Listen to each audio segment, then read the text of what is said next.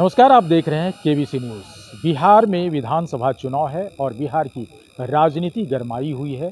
अलग अलग पार्टी के लोग अलग अलग तरह की जनसभाएं कर रहे हैं और जनसभा में लोग अलग अलग तरह की बयानबाजी भी कर रहे हैं। और देखिए, बयानबाजी एक परंपरा रह गई है जो चुनावी रणनीति है उसके तहत अगर देखा जाए तो, और झूठा सच्चा का जो खेल है इसकी भी बयानबाजी सामने आ रही है। पीके यानी प्रशांत किशोर झूठे हैं, ये सत्य किया है आपको भारतीय जनता पार्टी के एक कद्दावर नेता संजय जायसवाल ने। प्रशांत किशोर झूठे कैसे हैं, सबसे पहले संजय जायसवाल के इस बयान को सुनिए। देखिए, उन्होंने अलाइनमेंट चेंज करने का आरोप मुझ पर लगाया था कि मैंने छावनी आरोपी का अलाइनमेंट चेंज किया, जो उन्होंने वकालतनामा के द्वारा परसों रात को रिप्लाई किया। उसमें एक शब्द भी उन्होंने अपने उस अलाइनमेंट चेंज का जो आरोप लगाया था उस पर नहीं बोला। लेकिन मैं उन पर उसी में उन्होंने लिखा है कि वह 2024 अक्टूबर में जन स्वराज पार्टी बनाए, जिसके लिए वो बहुत पॉपुलर हुए। कल मैंने कागज और सबूत सहित बता दिया कि यह पार्टी 2022 अगस्त में लॉन्च हो गई थी और उसका वही डायरेक्टर था शरद कुमार मिश्रा, उसका वही महासचिव था विजय साहू, जो 2022 में था वही 2024 में भी था।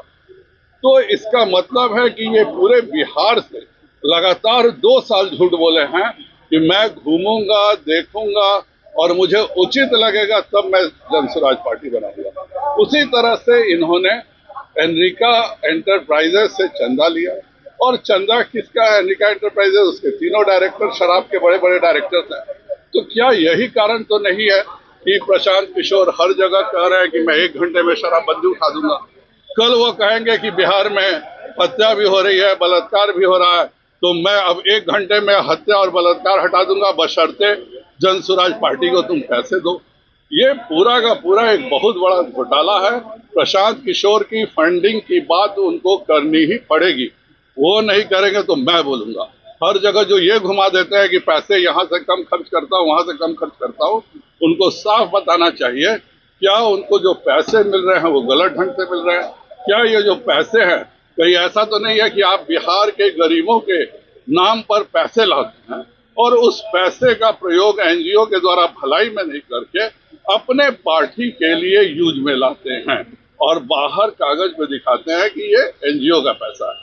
क्योंकि जो जन स्वराज अभियान की बात होती है, जब जन स्वराज पार्टी अगस्त 2022 में फॉर्म कर दी गई थी तो ये एनजीओ तो रहा ही नहीं, ये पूरा का पूरा पॉलिटिकल पार्टी था। प्रशांत किशोर को अपने घोटालों का जवाब देना चाहिए। दूसरों पे आरोप लगाना बहुत आसान है और मैंने जो आरोप लगाया उसके बारे में, मुझ पर जो आरोप लगा उस पर तो एक शब्द नहीं लिखा उन्होंने। नोटिस का जवाब मिला? मुझको नोटिस का जवाब मिला है, पर जो उन्होंने आरोप लगाया था कि मैंने नेशनल हाईवे का अलाइनमेंट चेंज कर दिया, उसके बारे में एक शब्द नहीं है। उसके बारे में केवल यही है कि वो बहुत पॉपुलर है, 2024 में अपनी पार्टी बनाए हैं। तो ये जो 2022 का मैंने कागज दिया वो क्या है? तो जिस आदमी का राजनीतिक जन्म झूठ, फरेब और भ्रष्टाचार से हुआ हो, वो कहीं किसी का भी भला अगला कदम क्या उठाएंगे? उनके प्रति अगला कदम क्या उठाएंगे? मेरा कोई कदम नहीं है। मेरे को उन्होंने जो वकालतन नोटिस का जवाब दिया है उसको लेकर के ही मैं आगे की कार्रवाई करूंगा।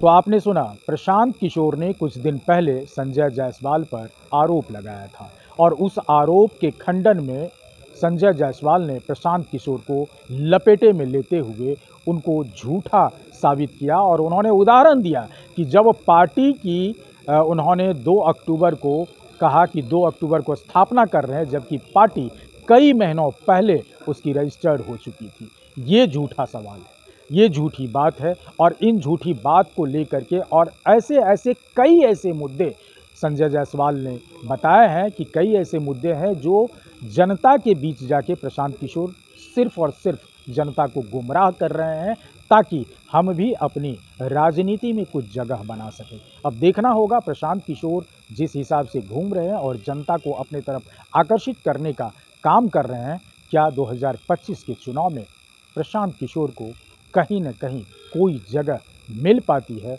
अथवा नहीं। झूठा सच्चा का खेल भी ये सामने निकल के आएगा। प्रशांत किशोर क्या कुछ प्रतिक्रिया इसके बाद भी देते हैं।